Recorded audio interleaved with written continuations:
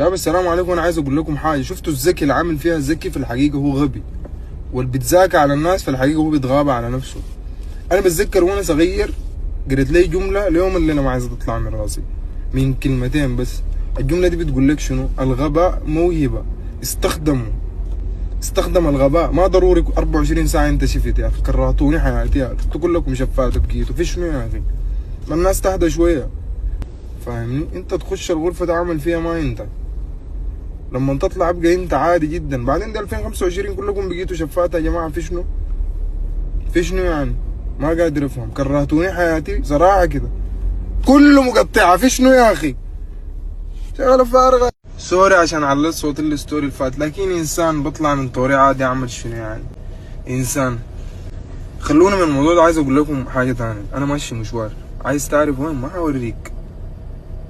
قول لي ليه؟ عشان دي خصوصيه، وده الموضوع الثاني دايرين نتكلم عنه، الخصوصيه. اجدع فيها باك فيليب يا برو، تخش في زول، دي حياتك. ما في زول حيقول لك انت بتعمل في شنو، وحتى لو زول قال لك انت بتعمل في شنو ترهات ما تشتغل بها. انت عارف انت بتعمل في شنو، فواصل في اللي انت بتعمل فيه، فاهمني؟ وكده كده الناس حتتكلم.